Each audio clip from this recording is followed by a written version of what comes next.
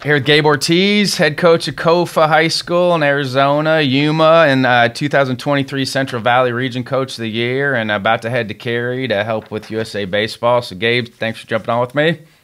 Hey, thanks for having me. I'm kind of fired up for this. This is pretty cool. Heck yeah. Thank you. I mean, what have you really enjoyed about USA Baseball? I mean, shoot, I got to pick. There's so much that comes with it. Kind of, the USA way that I kind of got from RJ Farrell, kind of being on his trial staff for a couple of years. It's just a different environment. The guys they bring in, it's almost like a coaching clinic. Like you're able to pick brains. I mean, they give us a staff of sometimes 4 times 8, and we run through the guys on the trial side, and all the kids are good. It's awesome. At that level, but just the level of like knowledge that is shared. I mean, it's like it's an ABCA. Like you're done with the workouts for the day, and you're like kind of at the lobby hanging out, and you're just like throwing ideas. Like, well, what do you do in your program? We're doing your program. Like I get so much from those events. I love it. I can't get enough of it. I mean, how'd you get started with them? Okay, so around 2015-ish, I was working Perfect Game, and I was on the pad, like doing the kind of the scorekeeping thing. And a gentleman named Andy Rojo, he just got the Southwest regional gig for the NTIS. And he was kind of like, at the park just watching, kind of getting things done. And then he noticed I was like taking notes, and kind of, he's like, well, what are you doing? I'm like, I don't know. There's evaluators, and I kind of, if they come to our field, I kind of want to have an idea of like who they should be locked in on or who I liked, whatever. So he's like, hey, let's go eat lunch. And took a lunch to Subway. And he's like, hey, I'm starting this NTIS thing in the Southwest. Come help me out. So we did like the regional. So the NTIS is like the kind of regional grassroots where we have local tryouts all over the country. We run the Southwest 6 states, so like Arizona, Nevada, California, Mexico, Utah, and even Hawaii. And we run the local events, tryouts, kind of pro style tryouts, and ultimately we get to round 1, round 2, to where we send a team of each age group to Cary, North Carolina for the NTIS Championships Cup, which is this month. And was doing that and loving it. And I got to meet RJ Farrell and worked with him. We had development camp, did some infield stuff together. And he's like, hey, do you want to get more involved? I'm like, absolutely. So got selected to help him on one of his trial staff in 2021. Got to go to Flower Mound, Texas, and that was an incredible experience, helping him and his staff pick that 12U team that ultimately won a gold medal that year. For somebody that doesn't know, so what's the difference between like the NTIS piece, but then also who's going to go make the national team? So it's basically like tiers. So like the NTIS, like I said, is that kind of grassroots where we kind of like grasp the kids that maybe not be invited to the JOs or the East or West Championships. Like every event that USA runs, there's always selection for that next summer's programming, whether it be ADP, PDP, or a spring a training camp or a trial. So the NTIS is kind of that local regional that gets to the national level at the Championships Cup in North Carolina, where the task force will be there, and they're trying to select a handful of individuals that will be placed in summer programming for the following summer. I mean, USA Baseball's had a lot of success at every level here lately. I mean, what do you feel like they're doing right with the training piece that maybe some other programs aren't doing? I think it's the quality of people they bring in. They're baseball people. There's a balance of having the ability to run an event efficiently, bring the right people in, both the directors who run the events from top to bottom, the coaches and the staff they bring in who are really, really excellent baseball players, and then just kind of have that blend of running good events with good people. It attracts the athletes. And they do a pretty good job of trying to the outreach of bringing in the proper teams to their respective tournaments, to where the players that need to be at that level to be seen and to be kind of evaluated are there. So like from the top to the bottom, it's first class all the way.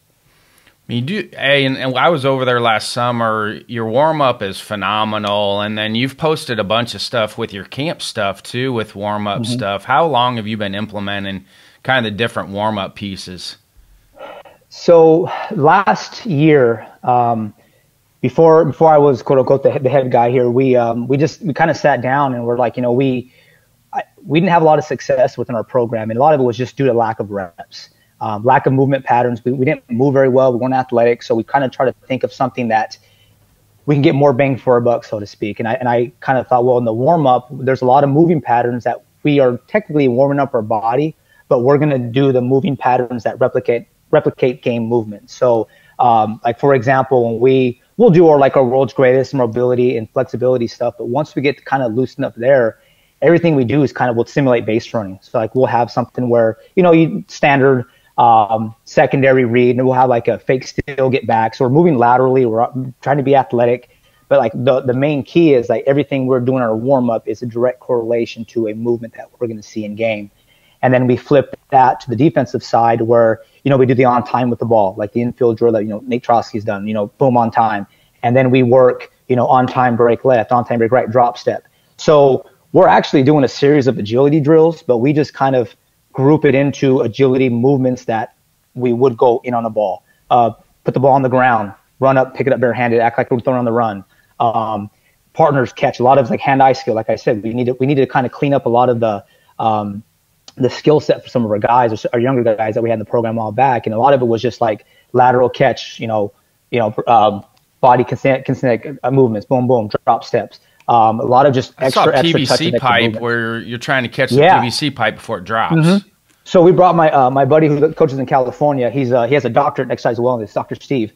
He came down for the camp, and he's like an elementary PE teacher, and he loves it.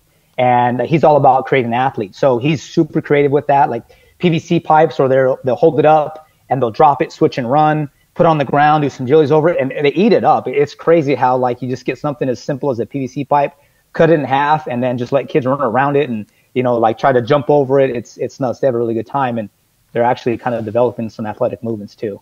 Were your Kofa guys okay with that when you first started doing it? Yeah, we've been very fortunate with the group we've had so far. In this kind of short stint with this 2 years so far, they've been open-minded, eager to learn. I could not be more happier with the group of guys we had, and they kind of came in that 26 class or 25 class was the first kind of class that had to be thrown in the fire. Freshmen freshmen at the varsity level. The 26 class came in, and our 27 class now, they're baseball rats. Like it's insane. They're always asking questions. They don't want to leave the field. I mean, they get there early, and that's kind of stuff that we try to implement within our program. But yeah, they're super open to it. And then we're trying to kind of implement some competitiveness to it. So like, how many balls can we catch in a row? Can we go one leg and catch? Like just kind of get real into stability pieces. Yeah, they eat it up. They love it. Are there some things you've gotten rid of? Maybe some traditional warm-up stuff that you've gotten rid of?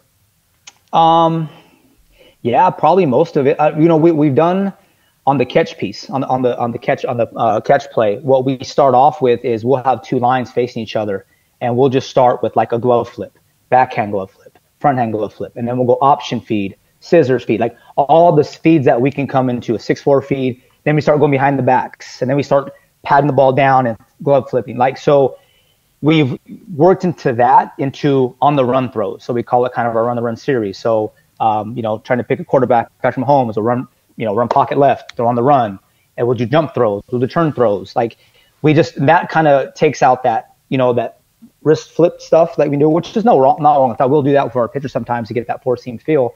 But we've kind of mixed in those athletic lines, and that kind of takes out that 45 to 60 foot range.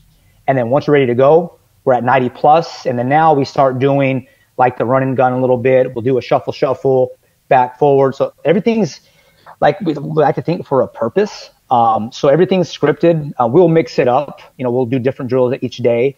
But I think I've gotten rid of just this kind of standard line catch play. When people kind of watch us warm up, it doesn't look traditional. But then again, like I don't think we're a traditional ball club sometimes, and we want to kind of do things where we get more bang for our buck. And I mean, we had coaches like, "What are you guys doing?" And some kids are like, "Hey, they're throwing behind their back." Yeah, and that's we take it as a compliment. And we've got some coaches like, "Hey, send me your warm up." Like, no problem, I'll do it up. So that's probably one of the main things we got rid of early in the warm up is the traditional stretching and traditional kind of catch play.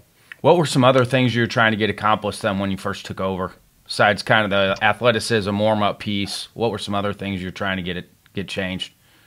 Oh, dude, the big thing and the first thing, and probably I'm most happy with so far, is, and I know it sounds cliche, man, but just trying to build a better kid, a better individual that's going to set them up for long-term success.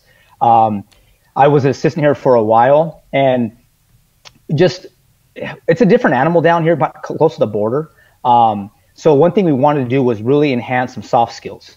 So we kind of developed a covenant, and we had some classroom time. We had a slideshow that talks about the characteristics that we want to instill, not only on the field, but off the field as well.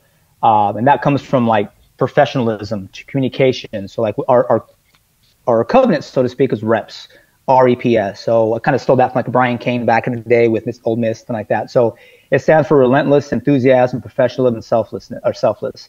And we try to clean up, and they've been awesome with it. So like the R for relentless is, from the book by Tim Grover, Jordan's trainer. We've talked about that before. So it's a constant strive for excellence improvement. Like the premise of that book is, done, what's next? We're always trying to shoot for more. And that's kind of what we try to instill is like, hey, there's always an improvement to be done on any skill set or in and out of the classroom. The E's for enthusiasm. Like anytime you have a great amount of enthusiasm at something, I mean, there's going to be some positive that comes out of it. And that's inside and outside the classroom. And I know it's hard sometimes to be really enthusiastic about writing a paper or taking an exam or an assessment, but like, it's one of those things, man. It's, fake it till you make it. Like if you're in it enthusiastically, then, some positive is going to happen. And the P for professionalism was kind of what our biggest one was, just that soft skill piece of being professional. And not like necessarily in the sense of getting paid to do something, but just acting like professional would, doing your job when it's to be done. And the big thing that we try to really harp on was punctuality. I'm a big punctual guy. It's almost weird. Like not a lot of things really irk me, but if I'm late somewhere, it doesn't sit well. Like I just get, I'm a punctual guy. So having them being on time, understand the value of time, being punctual, not only to practice, but to class as well. And then the big other piece that we are doing a really good job of so far is communication, whether it be communicating with teachers on assignments.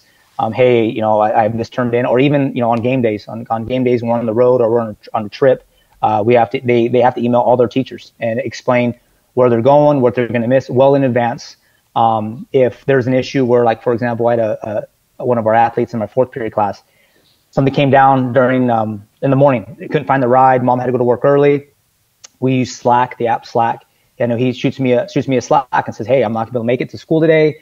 Let me know what I'm missing. Like, absolutely. So that was kind of the first thing that we really try to instill, and is to be just better on and off the field, because the reality of it is, like, very few get to move on to next levels, but they're all going to move on in the professional world. And I think some of the things that they're improving on is going to help them set up for success, not maybe in college or their career or the case may be. So that was our big thing.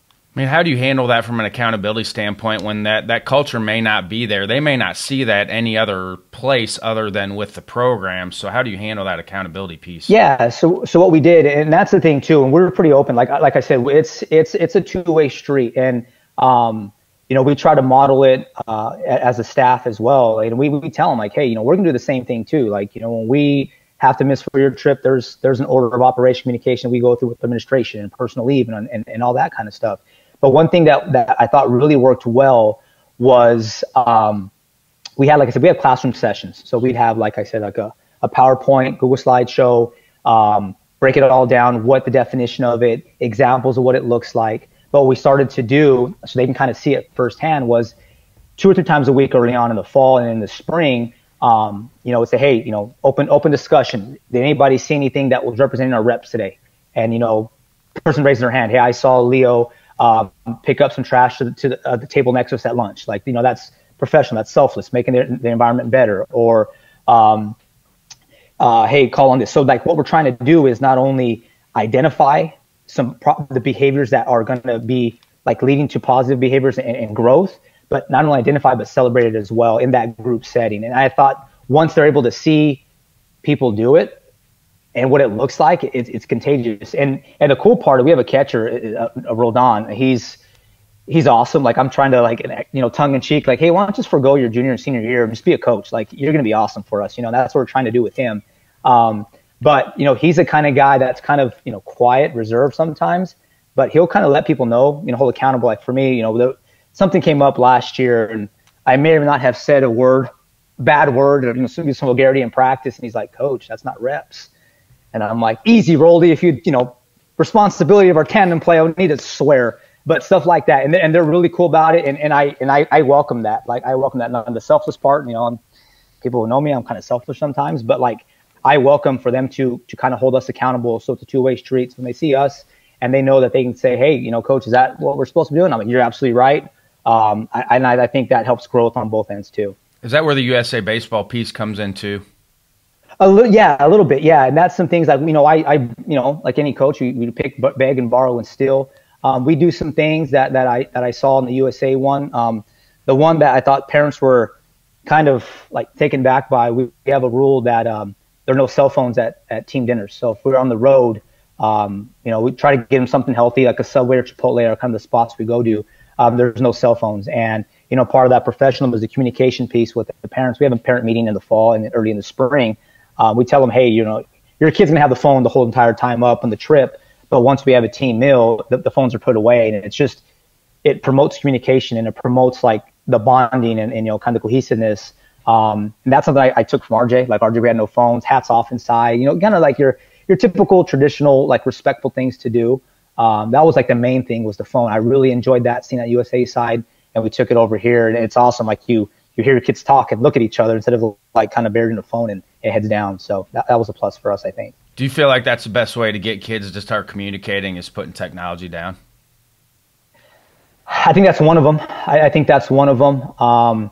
It's funny. There's, like I said, we've been in school for about 2.5 weeks, and our campus has instilled not a no phone policy. Like the phone has to be away, and it was kind of lax before. And you're seeing a lot more interaction on the collaboration piece in class. And I teach the PTA, so I have most of our athletes in the class on the baseball program. But I think that's one of them. And then putting them like in kind of competitive environments to kind of like have them communicate, like kind of team building stuff. Like we ran some relays the other day in class as like an activity with tennis balls, bounce, pick up, like more athletic stuff. And just like that cohesiveness of communicating and collaborating and also competing a little bit, I think that helps a lot too. But there's sometimes, like, for example, the technology piece helps us with our Slack app. I'll shoot videos if I see something on a game that is something that applies to us, whether it be a bunt situation, inside game, or a tandem play. Like I'll do it up. So I can't totally say I'm anti-tech, 'cause I think tech's a big piece in the learning process of this. But as far as like building relationships, yeah, I think there's something to be said about that too. When you took over, what were some things that kind of stuck out that maybe, not that you weren't ready, but maybe that you didn't think about before you took the program over? Just being a better communicator and being organized a lot more. You always hear like once you're in the big seat, so to speak, like just everything, like the shift goes away as an assistant. You're like all field stuff and development stuff. And now that you have a different title, that there's more stuff that goes into it. And I knew that going in. The previous coach, I had some autonomy to do a lot of stuff, and I was kind of in some of the administrative side of things. And I get to be an assistant AD here as well, so I kind of see that side of the athletic world. And it really doesn't bug me too much, because I know that all that stuff on the outside of it, the club stuff and the travel work and clearance stuff, there's some kind of course we have to take. My assistant Eddie Correa, he does a fantastic job of like helping me out. Like sometimes who's the head coach? I'll point to him. He does all the work, and he got that from you. Thank you. He went to I took him to Nashville a couple years ago. ABCA, one of his first was in Nashville, and went to the rookie mentorship. And you kind of chimed in and you said, "Hey, assistants, do take the jobs that the head coach doesn't want to do." And he kind of looked at me and said, "That's everything." So I'm like, "Yeah, I'm fired up, man." So he does a great job with that. But that was one thing I knew coming in, that there's going to be a little more organization side piece to it.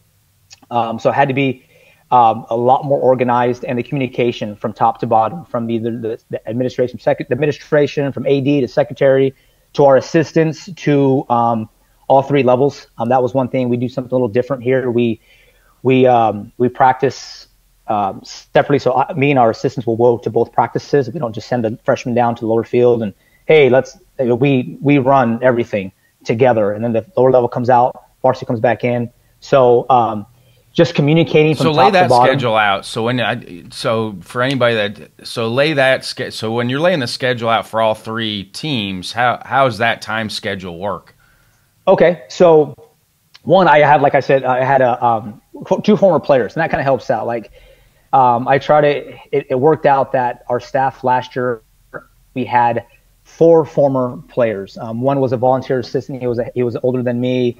Played pro ball with the Phillies, ASU, Hall of Fame guy. He could come out. but our main assistants was Damon Hernandez and like I said, Eddie.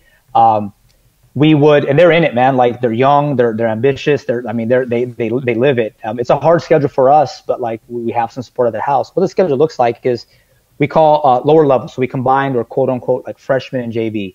And even then we don't call them freshman JV. We call them relentless and enthusiasm. Like those are our groups. So the freshman team is relentless, not freshman team. It's team relentless and team enthusiasm. So we have them from 3:15 to 4:30, 4:45. And we run that.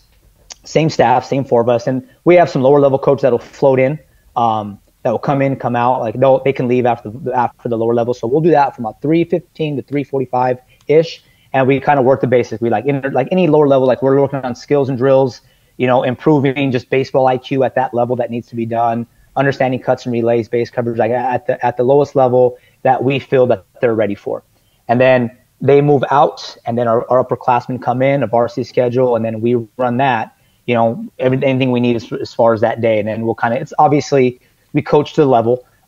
It's long days for us as a staff, but like, I just felt, going in, when we took over, I just felt, I knew, playing, when you play, you look at the varsity level and the varsity coaches and us like, whoa, like, I just felt that we owe it to our kids in our program that they get the best of all of us. Like the lower level freshman guy is going to see me at practices, and the way the schedule worked out, are the freshmen, the JV varsity are tied, to home games and away games, and the freshmen are relentless are away. So like, there's been time. I've done game changer at a freshman game before. I've coached first base, like I try to be involved as much as I can, just to kind of help. And Eddie's the same way. Like we talk about within our staff is like we don't have like head coach, assistant coach. We have coaches.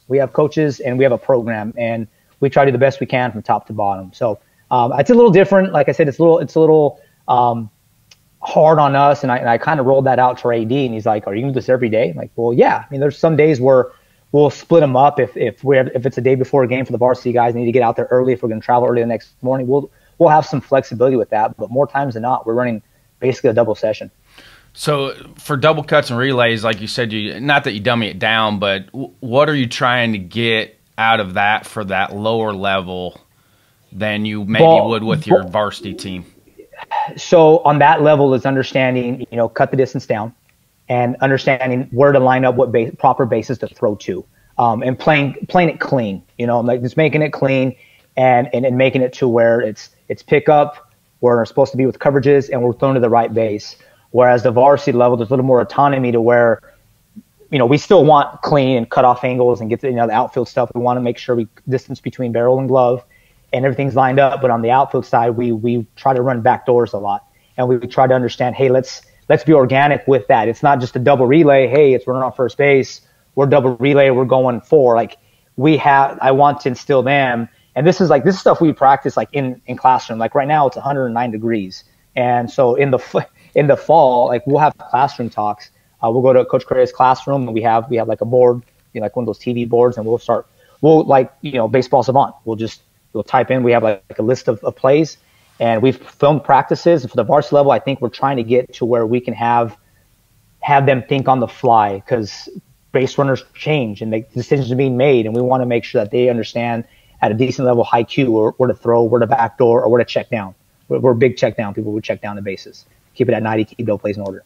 I mean, how are you balancing your USA responsibilities with your high school stuff? Because, I mean, you started teaching already, so how are you balancing all that? Yeah, it's tough. So, like, the blessing in disguise, so we just started football, so like the fall sport, so football, volleyball. What our district does is we have a two-week dead period. So with a 2-week dead period, we can't do anything. It runs till the 18th, so we can technically start here in a couple of days. So that lets me get out of town a little bit. It's not ideal. It gets me out of town a little bit to do the USA stuff. And then coming back, we'll start here in a couple of weeks when I get back on the second trip to North Carolina. We'll start with our classroom stuff, redoing our covenant stuff. So kind of like it's a silver lining. It's kind of like, best of both worlds a little bit because of that break and the heat. But what else is helpful is, like I said, I teach the PTA classes. So I have almost every player in our program is in my class, some way, shape, or form. So I can be here during the week, and it's athletic stuff. I can't say it's a baseball class because it's certainly not, but we're trying to get the foundational strength going, foundational movements. So I'm around them there. So that's where kind of, like I said, for example, couple of days ago, we're in relay races and we're building that relationship. And we have a new crop of 27s coming in, and they're mixed in with the upperclassmen, and they're kind of getting to know each other. They kind of know each other already because it's a small community. But the classroom piece is just an additional extension to our program that we can kind of really build relationships and kind of get to the cohesiveness going.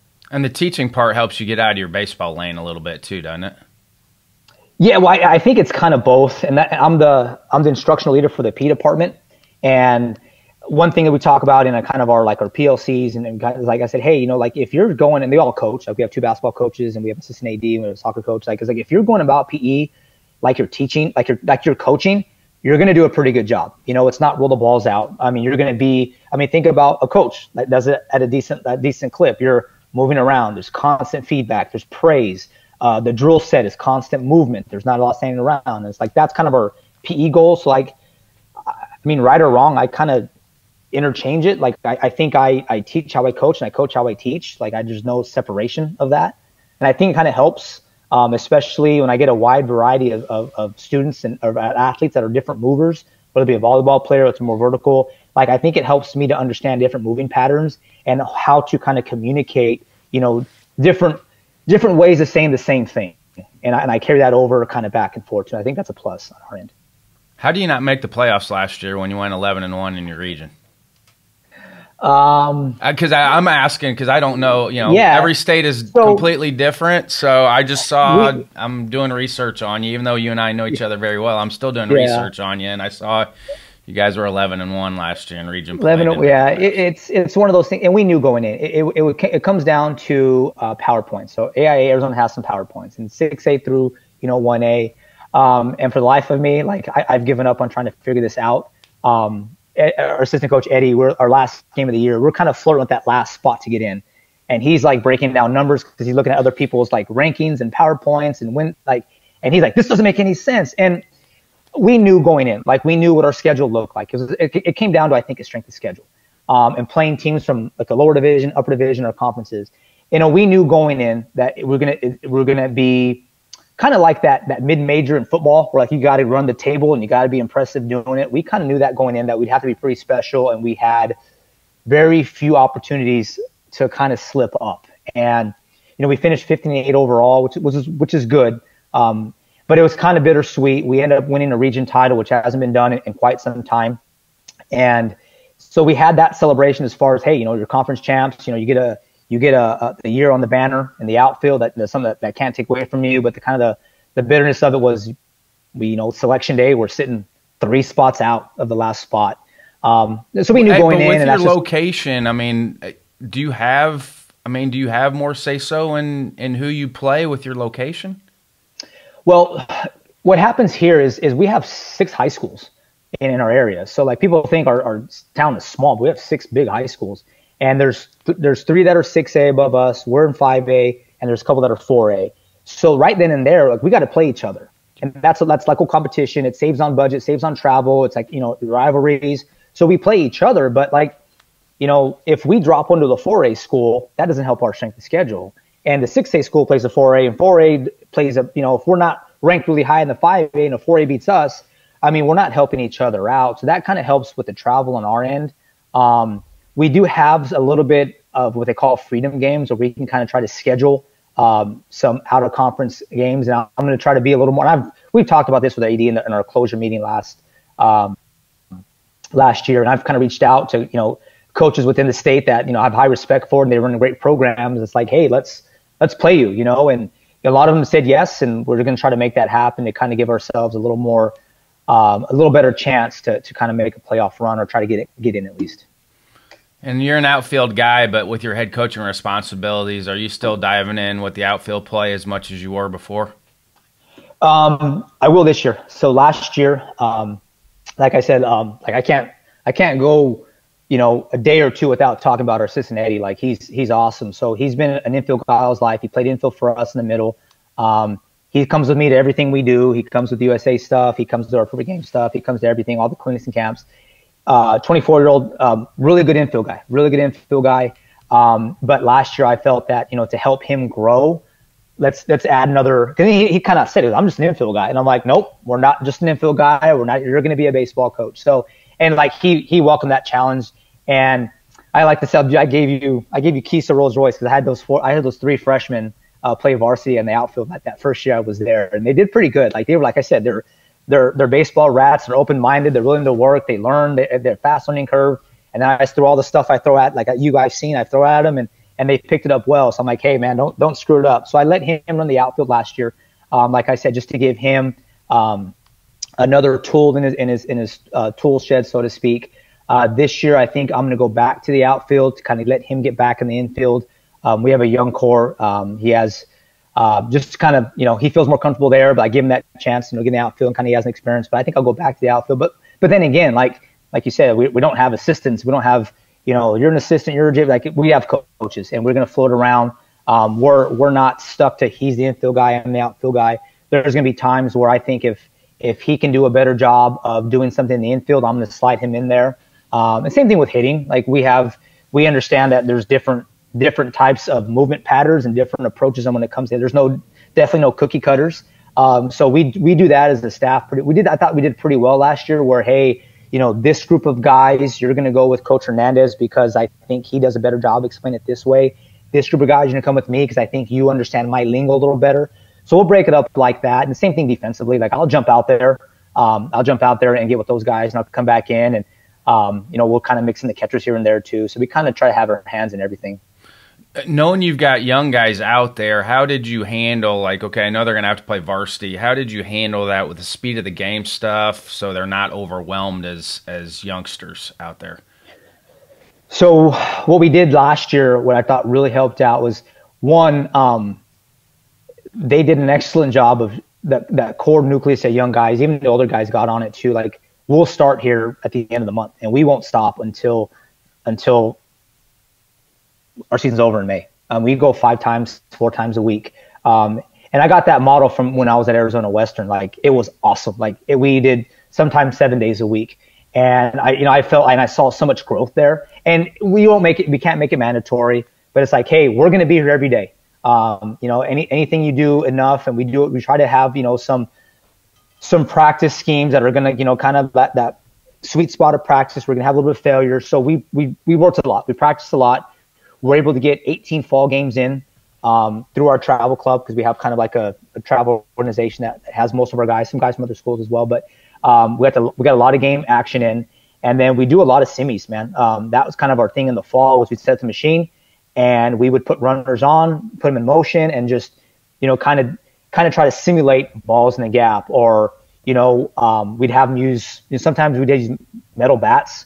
And every once in a while, we try to throw like a -5 in there. Like there's some old ass ones in the shed that like jump off the bat. So we'll do that a little bit. And that we'll just put them in spots to where they're forced to speed it up. And I think having them down check and backdoor and this and that, and having runners in the fall, and this is nothing new. Like you've seen it. Like we had runners go just berserk. Like, hey, try to get thrown out. Like we have a game where you go first, third, second home. Like you have to go.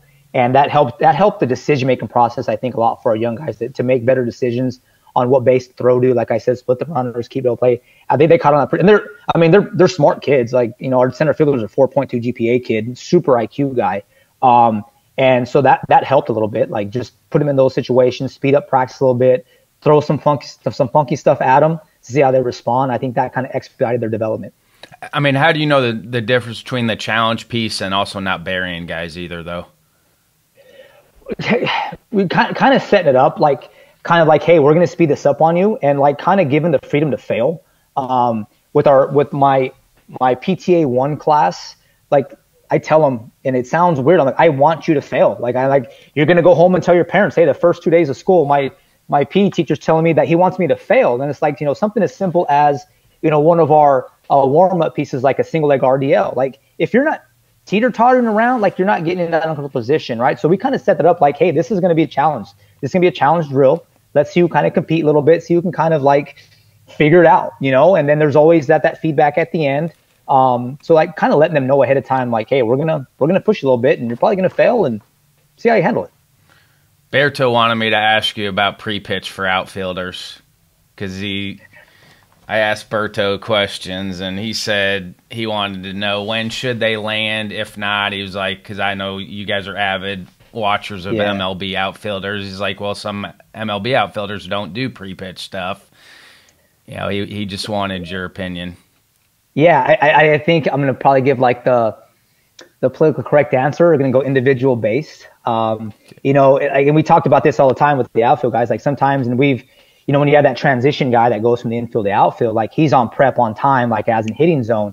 And I'm not going to take that away from that individual, right? So, but it's just like, okay, are you getting that great jump? Are you getting that great read? And we talk about like, what's more important, your first step quickness or your first step quickness with the correct directional step? You know, I think that's the key piece is everybody wants a quick first step. And don't get me wrong, quick first steps are huge, but is that first step a directional accurate first step? And I think we can sacrifice a quick wrong for a maybe a smidge slower but accurate.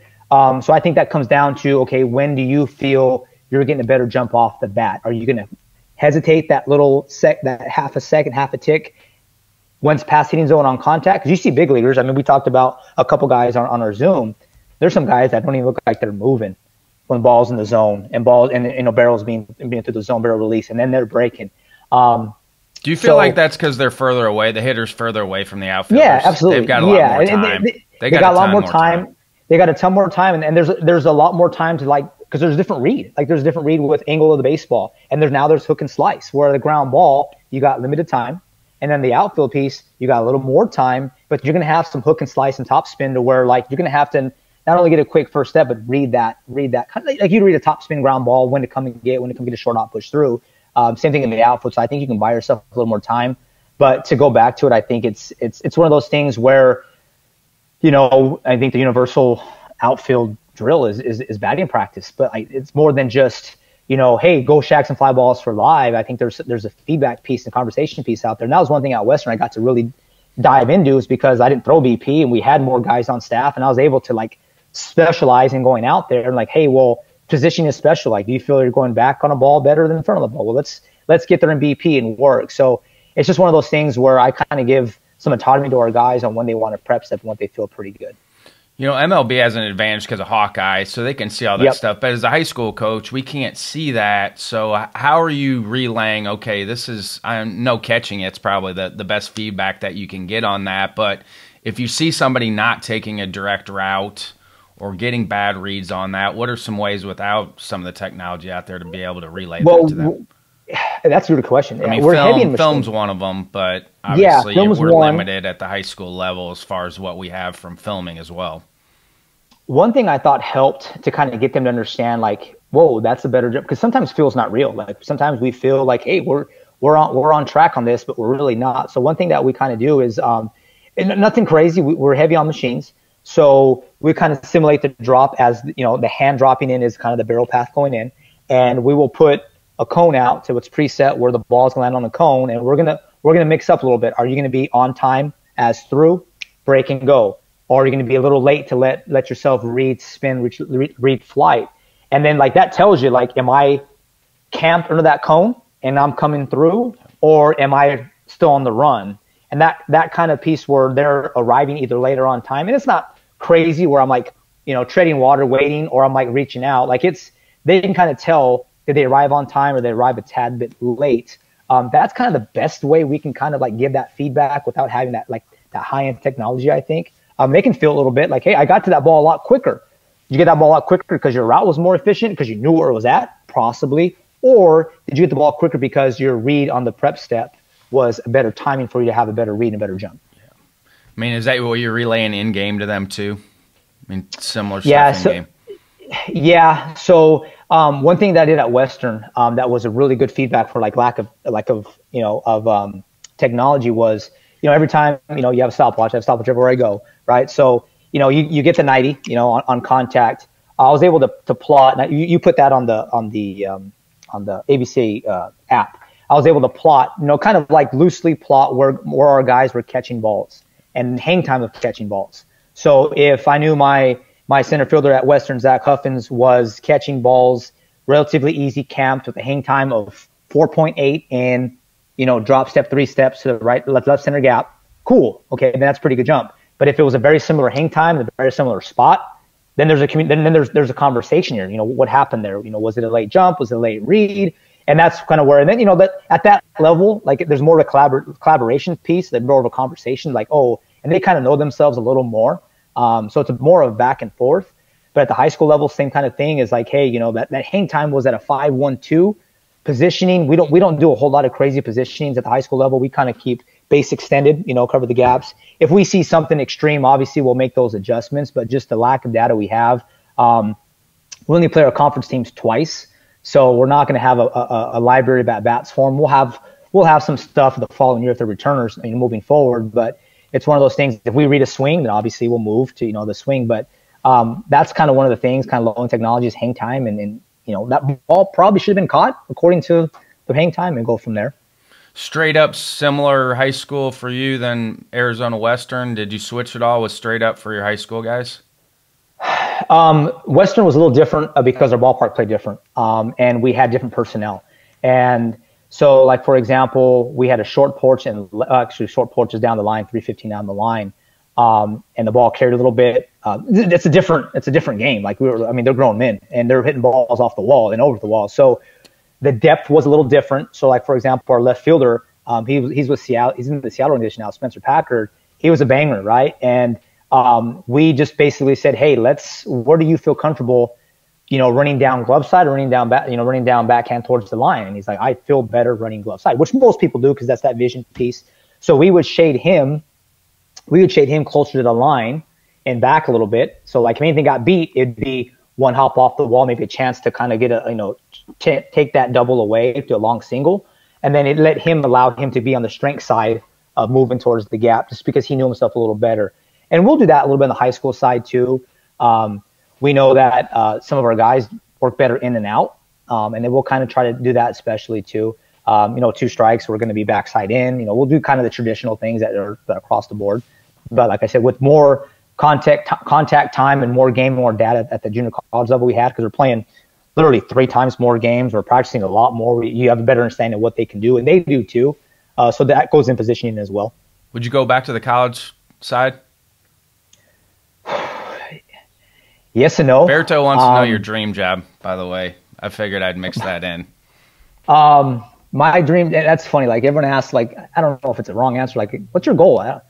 My goal, like, I just want to be around baseball as much as I possibly can. That's no disrespect for teaching. I like teaching a lot. Like, I enjoy seeing growth of an athlete from August to May. I really do. But like, me, like, I'm not an in-depth individual, man. Like, I can't hold conversations about a lot of things that are happening in the world. I mean, you've seen in some of our chats. I'm like, what are you guys talking about? Like, do you watch the news? No, I don't. So I guess my dream job for Berto, like, it would be where I am around baseball from sun up to sundown. And I get to do that sometimes. Like, there's some camps and USA stuff, and there's some perfect game stuff where I get to do, I'm at the you're field doing at it with your 7 high o'clock. school practices. I mean, that's the first I've heard of a high school coach doing that much. I can't get enough of it. Sun up, sun down. That would be my dream job. And level doesn't matter. Like, I know, like, it'd be cool to be in a pro situation where I'm learning from, like, the best in the world, and, like, trying to help guys, like, reach levels of career, and trying to, like, with all that data technology, just be a sponge. That'd be awesome. The college guys are awesome too, because, like, they have a little more intrinsic motivation, especially the JUCO level, because, I mean, let's be real, nobody wanted to be there. Like, they all wanted to be a pro guy, or want to be a D1 guy. So they understood, okay, like, I need to have a better work ethic, so to speak. And I was just there to say, hey, what do you want to be? Like, let's just, how this has to happen. This is the work ethic. How are we going to work towards achieving where you want to be? So more collaborative piece. The high school guys I love because there's enthusiasm there. They're still, like, kind of young, wide-eyed, and open-minded. But, like, yeah, like, just being around it as much as I possibly can. Like I said, level doesn't matter. Title doesn't matter. If I'm helping individuals grow around the game, like, kind of maybe hope it translates to something else, then that's cool. But yeah, that's kind of where I'd want to be, just around it all the time. Hey, when you were putting your ABCA convention talk together for Chicago, I mean, how did you come up with that? Because I loved the talk, because you're talking about being the best athletes that you can out there, because the outfielders don't always get love. I mean, when did that pop in? Like, okay, this is where I want to start with this. It kind of goes back to when I first got an opportunity to coach at Arizona Western and being thrown in the outfield. My short stint of playing when the outfield was, we had our right fielder go down with a knee injury, and then our left fielder go down with a shoulder injury, and our fourth outfielder was our Friday night guy. So I lied and I said, hey, I'm an athlete. I can do this. Like I can be, and knowing I cannot judge a fly ball to save my life then. Like I just wanted to be in the lineup, wanted to help contribute. So that was kind of like, anything that you need to like work extra in, like there's been nuances that you have to kind of figure out yourself. And I think you have a better understanding of how to like kind of teach and coach that. But as far as the talk at the ABCA, like I just want to kind of emphasize that making it more attractive. Like, like you said, like sometimes outfield is where the shortstop, you have two shortstops and one's going to stay in the dirt. Maybe one slides over to second. Maybe there's a third one. They got the bat plays. They go in the outfield. And I don't want it to be where that's kind of where the leftover guys go that bang.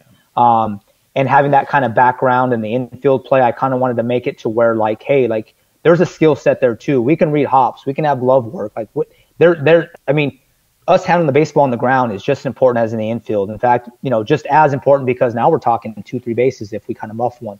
And we have the ability to kind of, like I said, keep runners in double play. We have the team defense aspect of it to kind of keep runners in double play position. But that talk was just, hey, let's make outfield, attractive and sexy, so to speak. Like there's several drills that we can do that are fun instead of just popping stuff in the machine or hitting flungos and go and run. There's all kinds of short proximity things that you can do. And I love the short, like a lot of the drills that I showed was within 10, 15 yards, because now we're gaining a lot of reps, quick first movements, glove skill, hand skill, body control, head snaps. We get a lot more in, as opposed to if I have them go to center field and we're just hitting fly balls or having run down balls in the gap. I mean, you're going to gas them and you're not going to get a lot of opportunities to get some stuff in. So that was kind of the main idea of it, to make it sexy and awesome, and that the athletes are out there. Like it's vital. It's important to not give up extra bases, but how do you do that without maybe making them too cautious where they're afraid to make plays in the outfield? Okay, so that's something that we kind of practice as well. Is there's a drill we do to where I have the outfielders purposely overthrow bases, like air it out. And what that does is that helps the infield. Like basically, it's an infield backup drill. And what that does, it goes back to team concept. It's team defense. It's a team defense drill.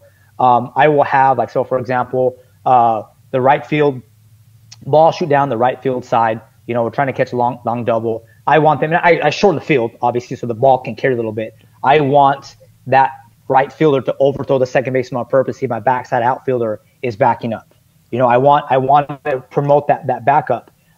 It's kind of funny. Like they'll air mail it, and it's just a habit. Like, oh, I'm supposed to be somewhere. Everybody's moving, right? Everybody's moving. So I think kind of stressing that it's going to be a team philosophy on the defensive side, that we can go ahead and be free and aggressive to throw the bases, and that there's going to be backups. Damian Hernandez does a great job of doing our pitchers. Like when we have PFEs, like that's a station. We're backing up. We're pointing out, like just so they know that there's going to be a safety net to wherever base they're going to throw. And it goes back to decision making. Like if they make a wrong decision, then we're going to ask, hey, what did you see there? And if they have a decent rationale response, I'm okay with it. And then I kind of say my piece, like, well, here's probably what you read wrong, but I see where you're coming from. And that's where the dialogue and conversation comes into play. And I think that's where a little more growth happens too. And they feel a little more like, hey, like there's going to be a conversation if I make a mistake, not just a chewing. And we want to understand why they made the decision. And then that's on our end as a staff, like, okay, how can we help shorten that decision-making process a little better? Who told you to be an ABCA member? Oh, dude. Okay, so Zeke Mitchum at Arizona Western, my first year, 2017.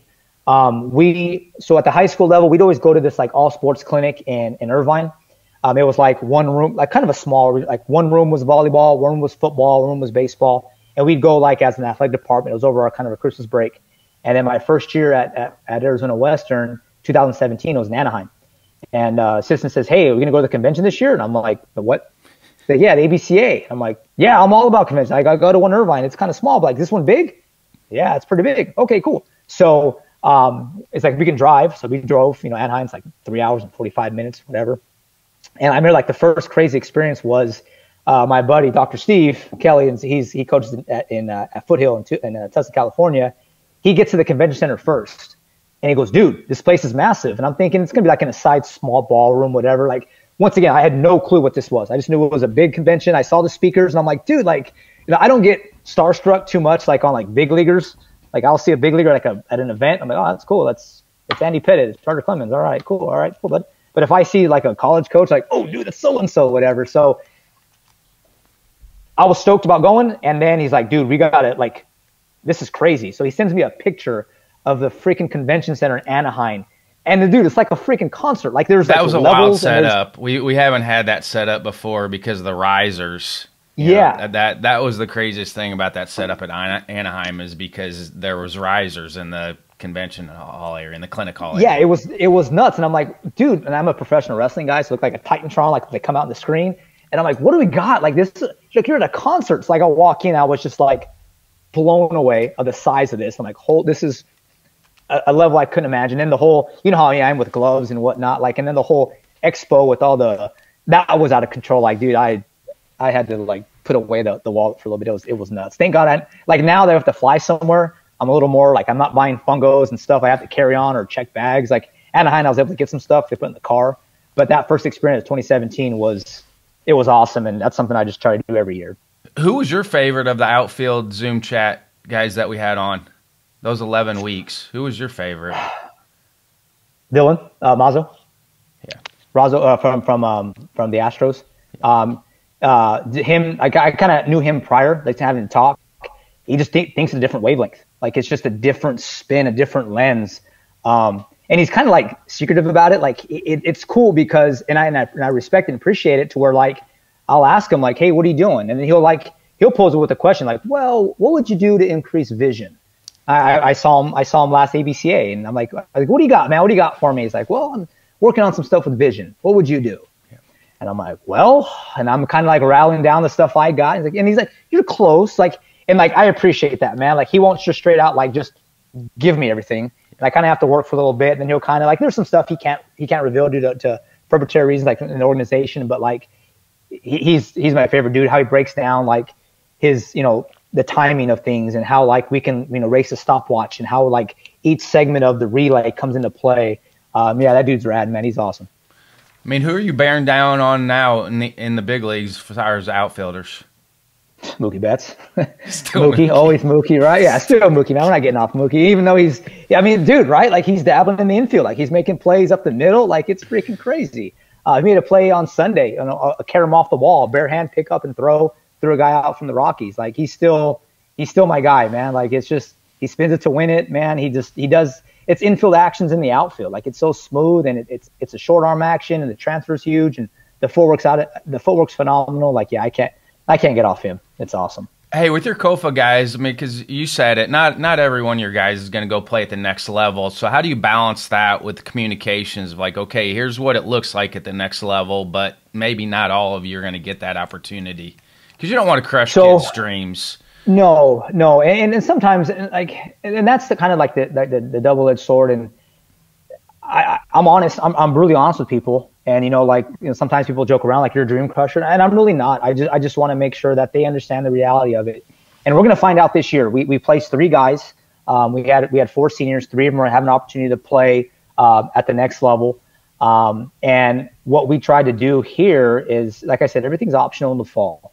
And I said, and I do this all the time. I said, how many guys want to play college baseball? And of course, everybody raises their hand. And I said, okay, the easy part is done. The easy part's done. You say you want to play. Awesome. Now, like there's some actions that need to take place for you to kind of follow through with that kind of goal.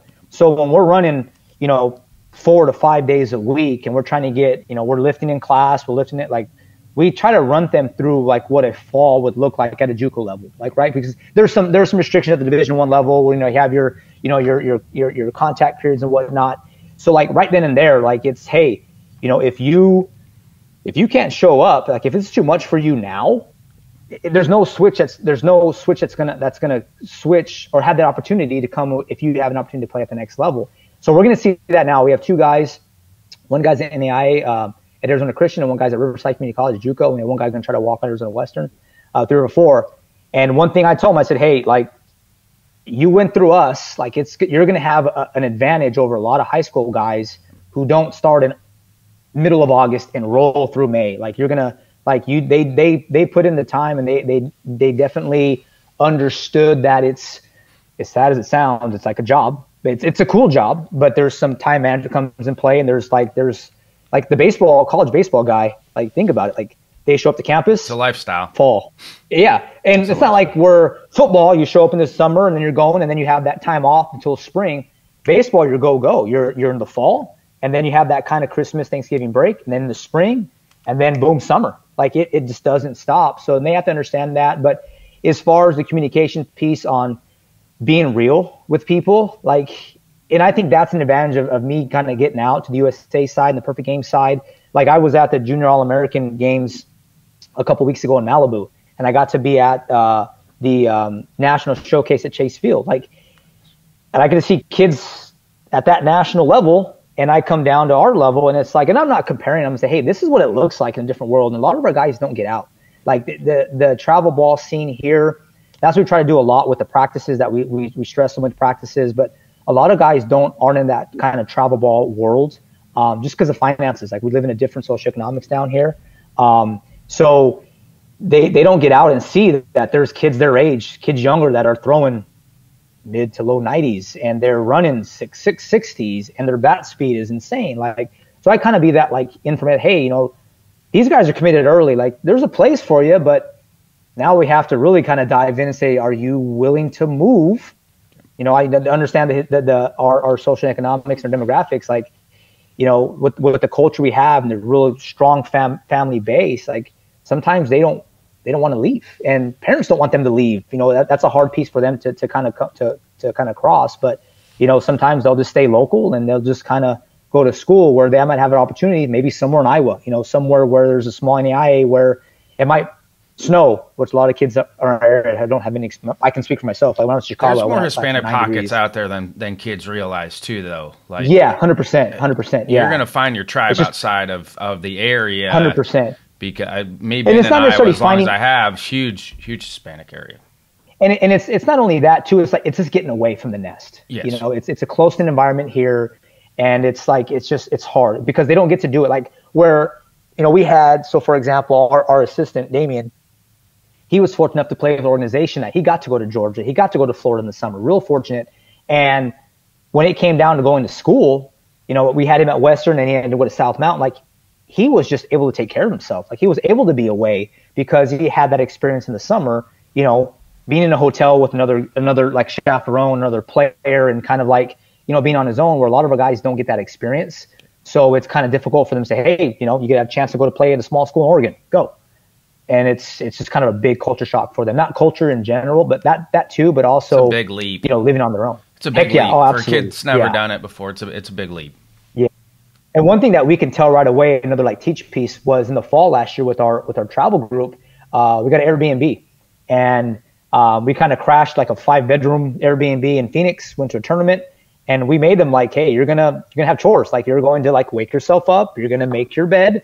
You're going to do everything that you're going to help with we had meals. Like we go to grocery store, like, hey, you got the rice, you're on the grill, you're on dishes, like you're putting stuff away. Like you're like, and you can kind of tell like who can live a little bit, like who's struggling, turn the shower on, like how to turn the shower on. Cause it's not their shower, like sometimes it's pull the knob down, or it's like a freaking master lock. It's like, you can tell kind of like who keeps their bed clean, or who has their stuff organized, like in their bags and like kind of their little space in their rooms. Like, and that's like another teach piece. Like, hey, like you want to be on your own? Like, cool. We want you to, but there's some things you got to clean up as well. Yeah. Who do you feel like's meant the most to you in your baseball journey? Oh, wow. I think it goes by like segments, like parts of my life. I think there's not like, getting into this, my high school baseball coach, Bill Laguna, I was in his health class and I was a TA for him. And like, I watched him, like I was a baseball guy in high school. Like I loved baseball, and watching his enthusiasm, like that's kind of a cool job. Like that, like he gets to coach baseball and gets to teach PE. Like that's cool. I'm going to do that. And like, that's all I knew. Like I was like, I'm old enough to not know what travel ball baseball was. I had to play Babe Ruth. Like I had to play Babe Ruth in the summer. Then I played basketball in the winter. Like when I was little, I played soccer. Like I had to play sports because there was no baseball year round. So the same kind of thing in high school. I just knew I wanted to be a baseball coach. And then as I got older, and 2014, like when the Perfect Game stuff started, and I got to do some of that, I realized there's an evaluation piece to the baseball side of the world. There's an event side of the world. There's so many avenues in the game that I wasn't aware of. And then don't get me wrong, I still loved coaching. I still always wanted to do that. So him getting involved in it, and then just people you meet along the way. It was just that outfield group that we started, that was just awesome as far as helping me branch out to people that I did not know. And it's weird. My wife will give me crap. In her social environments with her friends and not baseball, I don't do well. I'm just kind of, introvert, but then she'll see me with other baseball people and I'm going, and she's like, who's that? I'm like, oh, that's so-and-so. I remember we met he used to work for Baseball America and then became a scout with Cleveland. I saw him at a U of A Oregon game. And I saw him. I'm like, hey, dude, congrats on your gig. When I start talking to him, we start talking about players and evaluations. And then she's like, who's that? I'm like, oh, that's so-and-so. I used to work, we used to work at Baseball America, and I was with the Indians, the Guardians now. And then she goes, no. And she points to me. And I'm like, oh, what? She goes, I've never seen that. It's you're giggling, you're laughing, you're energetic. I'm like, yeah, sorry. So guys along the way, the guys at Arizona Western, just saw things from a different lens, just how they went about. One thing, just kind of how we watch the game, watching off-ball stuff, how to prepare, that work ethic. Even guys when I first got into coaching high school, it was one of those things where, you're a high school coach, you coach football and you coach basketball. I coached football under Kevin Moore, and he kind of instilled hey, we weren't very good in football, but we got okay because every summer morning there was 6:30 practice, and that was kind of how we closed the gap. So I kind of took that work ethic piece from him. And then we hired a basketball coach from Wisconsin. He came in and he wanted to be on his staff. So that's how I got the idea of having coaching meetings before. And it helped that I'm really close with our coaches. We have a group chat. We talk about stuff all the time, but he got the idea of filming practices, and he treated it like it was a college, because he came from a small Division III in Wisconsin, and he treated the high school program like a college as far as preparation on the staff side. And that was the first for me to see, hey, this is what a college staff looks like. So I took pieces from those two guys and kind of applied it to what we always try to do when we got programs, and then just meeting people along the way. It's just, you get your goals don't change, but you just pick up different philosophies from people and you implement it, and they serve as motivation guys. Like my assistant Eddie, I love it. He's probably mowing the grass right now. He takes so much pride in the field. He takes pride in it, and just keeping up with him.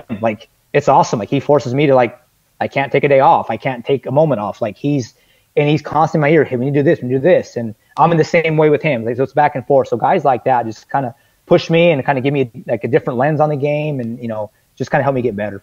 Do you have a fail forward moment? Do you have something you thought was going to set you back, but looking back now, it helped you move forward? Yeah, I was hoping you wouldn't ask this question. Everybody has to answer it. Yeah, no, you do it. And I get a lot of positive responses from the listeners. They love this question, so that's why I keep asking it. And the thing is, it's a good question, because and I've been fortunate to where I haven't had a severe tragedy. Like I said, I've been really fortunate. My wife is super supportive. She lets me basically do what I want to do as far as the baseball world. She takes care of the home front. My kids are awesome because of her. I got great kids. So I've never been in a real, I've never been fired. I've never been let go of things, but to answer your question. Anything you hesitated along the way, a decision that you hesitated? No. So I'll tell you what kind of shaped me. I'll tell you what kind of shaped me and kind of really flipped me mentally. My junior year, we were in the state playoffs. And we're in the first second round of the playoffs, and we're up. I'm playing second base. We're up 4-3. Runner on second base, and ground ball hits my left side. Field it, no problem. But as I'm, bringing up to throw, the runner yelled. The runner didn't break like he was supposed to, backside ball. They yelled go, and all of a sudden my arm dropped, and I pushed it. And first baseman pick it, E4. Changed the complexion of the inning. And then next hit, base hit, scores a run. Now we're infield in, ball hips off my hips. I make 2 errors. They gave it an error. I should have had the play. I'd be the first to tell you I should have made the play. So I make 2 errors in that game. We lose and crushed, just crushed. And That team that beat us ended up winning the state title. So you always kind of wonder, shoulda, coulda, woulda. And I was devastated. So like that kind of put me in a mind frame. Like I never want to feel that again. Like I never want to let people down. So like that flipped my work ethic. Like I thought I worked okay, but like I was obsessed with defensive play from there. I mean, we're talking like ground ball, just obsessed with infield play. My senior year, I come back, I make 2 errors all year. And I remember those 2 errors vividly. One was my last home game. It was a high hop, easy play. I missed, like I sailed like 3 feet right. It was kind of weird. I was like, what the heck? And then one play at Horizon, it was a 6-4 feed. I flipped, drew the second baseman off, pulled the runner. It's so crazy. I remember these vividly. But like what the takeaway of all of that was, I put so much time, effort, energy, and obsession into making myself a better defensive player because of those 2 errors. Like it still haunts me to this day. And like that's why I can't watch the League World Series. Like if a kid makes it, like I don't want games to end on like that because I just feel for him, man. But like what it did was it instilled like a value of preparation, and it gave me that confidence that like. And that's how I kind of am. Like you know me, like I tell you all the time, like I don't think I'm awesome. I don't think I'm super smart. I don't think I'm talented. I just try to like outwork. Like I just try to work. So what that did for me mentally was, and it carried throughout like my collegiate years, was I knew if I were to prepare as best as I possibly could, and a mistake happened, in my brain it was a fluke. It was a glitch. That's not going to happen again because I would fall back on my preparation and work. And moving forward, you know, it worded, and then that's when I kind of run it, like, you know, talk about mental game of baseball. Like that's when I started getting into like the books, like, you know, the mental game of baseball, you know, heads up baseball. And I ate that up because like that was me. Like I was doubting myself, and then I started doing the work that went behind the scenes to it, and it just made me kind of headstrong to where if something did pop up in a negative sense, like, okay, let's process it. I've been enough times in the cage. I've been in that situation before. Process, you know, chew it up, cool, get back to mind frame. So that was kind of I fell from most. So making 2 errors kind of shaped the way I am as far as the work ethic and kind of being obsessive with things. Do you have any personal habits or routines that you like? Any evening, morning routines? I mean, you're in great shape, so I mean, hey, thanks. I try to go to the gym as much as I possibly can. Right now, since we're off, I'll go in the afternoons. But in the season, I'll try to go in the morning. I try to get that at least 3 or 4 times. As far as routines, I mean, what's changed workout wise? I mean, you're in it, you teach it, you're teaching it in high school. I mean, with your routine, your workouts, have they changed much over the years? Yeah, I think so. I try to be a little more athletic now. I think because I'm just like, you know, I try not to be old. So I try to stay a little more explosive. So I'll do Olympic lifts. I'll power clean. I'll snatch. I'll kettlebell swing. I'll try to stay active there. Like, yeah, granted, I'll do my upper body pump stuff too, but I'll try to go more of like a total body, maybe like an upper body 1 day of the week, and then 2 or 3 trying to be explosive. And then as far as like my cardio, I can't remember the last time I ran distance. I'll do sprints still. Yes, 100%. Sprints about the only thing I do running. Yeah, I did a marathon back in the day. Like, I used to love running. Like I used to love running long distance. I used to love it. It's so time consuming. Yeah, but now like I'll be on the treadmill. Like I'll set it up to like 8 or 9, and then I'll go like 20-second sprint, and then I'll jump it up to 8.5, 9.5, and like it's like a 5-minute cycle of that intervals. I'm like breathing heavy, huffing and puffing, and I'm like I just feel like that's more bang for my buck. So just be more explosive as of late. That's kind of the biggest change. You stretch much? No, I'm about as flexible as a rock. Then you're not that concerned about getting old if you're not stretching. Well, and here's what helps. Here's what helps is a part of our dynamic warm up and like on the classroom side. I break the classroom side. I don't get sports specific like we do with baseball movements and drop steps. I break it off into segments. So like the first segment is kind of a stability and mobility stuff. So we have hip mobility stuff, shoulder mobility stuff. So kind of we're taking some pieces out of yoga, Pilates, things like that. And I will demonstrate every class period, you know, four times a day. So like I think that kind of, so to answer your question, yes, I stretch. So yes, I stretch during the course of the week. But as far as in the gym, nope, I just get in there and I'll kind of do one of these a little bit, jump up around, and then we get going. Hopefully, haven't been injured yet, knock on wood, but yeah. What are some final thoughts before I let you go? Because I know you got to catch a flight tomorrow. So, no, I don't know. You have any questions for me? Shoot. What? Yeah, I guess so. Like when you get a lot out of talking to people, right? Like, I mean, I think it's like a two-way street. I think, I mean, I know you long enough to be open-minded. What kind of, and I know you kind of, in that sleep guy that you had at the ABCA, like, and I know you venture off, like your health and wellness. I've used some, so I use some of your health and wellness stuff on your podcast when you had the health and wellness month. I use some of that in my class too. So like, what's kind of like the biggest carryover from maybe like somebody you've spoken to outside the baseball world that you've kind of like, oh, you know, that really transitioned and really ties in well to the baseball world? For me, it's always personal development. And I know people probably look at me and they're like, man, that routine's crazy. But it's been like a lifelong journey of trying to add things in. And, you know, this reason I do the mental health episodes is because we're in a epidemic right now. You know, that's what our pandemic is suicide. And I just checked the suicide rates for last year and they've gone up. Like that number is not going down. So, you know, for me, from a personal mental health, but also helping people with their mental health, I feel like that's kind of the journey that I'm on now from a personal development piece to help my mental health.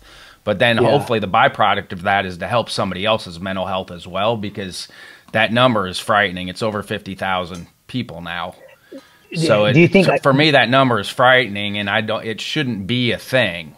I know we're going to have it. That will never go away, but that number for Americans shouldn't be 50,000 people for 2 years ago. Do you think how do you bridge that gap to kind of improvement? Do you think it's a physical aspect, like physical health? It's a holistic. It has to be a holistic approach. I know that you're going to lose some people. Yeah, like some people, you're going to lose some people because of it. But I think the holistic approach, whether it's, you know, personal but also government, I think there's a lot of things that we could do to alleviate where we're heading. Some of it's education, but a lot of it's resources, and there's just not enough resources for people to get the help that they need. So. Right. You know, hopefully I can help in a small way with that piece for somebody that's listening in. And, you know, I did the Walking Tall one with Chris and Todd, and that was a big one about reaching out. Like, I think, you know, especially when you're dealing with males, I think it's really hard for males to ask for help, because in our society, you're not supposed to ask for help. So I think that's a big piece of it is getting people comfortable with being vulnerable enough to ask for help when they need it. And we're a long way from where we need to be with that. Just like it's okay not to be okay sometimes. Yeah, just ask for help. You'd be surprised. I think people, you know, when they get that way, I just feel like they're on an island and they can't ask for help. So that kind of leads to like a final thought. Like, you know, you talk about health, like help. I mean, you're right in it with your high school age kids. That is one of the demographics. And that's that is the a big large piece number relationship. Is high school and then older adult males. Yeah, and that's where we come down. Like our first week, we're told, hey, let's kick back on the curriculum base and the content. Let's build relationships. Like let's build a positive environment where they're might be in a situation where they're comfortable, they can ask for help. But like the final thought, like real quick, talk about help. Like one thing I want to do is I give thank yous. Like my wife Carly, like without her, none of this happens. Like I mean, people think she's crazy sometimes. Like your husband's always gone. Like, yeah, but like she's super independent. Like she's done a fantastic job. She kind of lets me do what you know, chase the passion, so to speak. Super grateful for her. Like I said, she's done a great job with our two kids. A 14-year-old boy. He's a freshman now in high school. He's here, and then my daughter's a swimmer. She's 12. And then get him around as much as possible, because I now have two in college, and you just never know if you're going to see him a whole lot now once they're out of the house. It's easier with him because he's at that stage now where he's doing his events. With every event I'm at, he's with me. Like, so he's like my travel buddy, and it's been awesome. My daughter, I need to do a lot better job, honestly, being with her with the swim.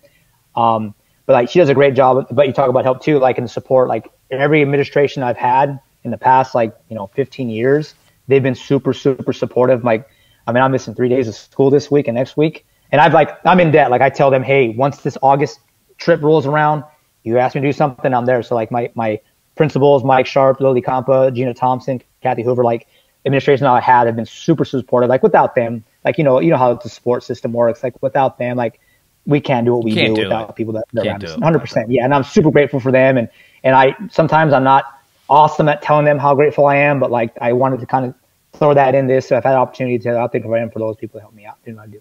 All right, Gabe, safe travels. Love you, my friend. Appreciate you. Thank you. You going to be out in Cary anytime next 2 weeks? See you. Fantastic. Hey, thanks for having me. This has been a blast, man. I appreciate you, man. Super honored and grateful. Thank you.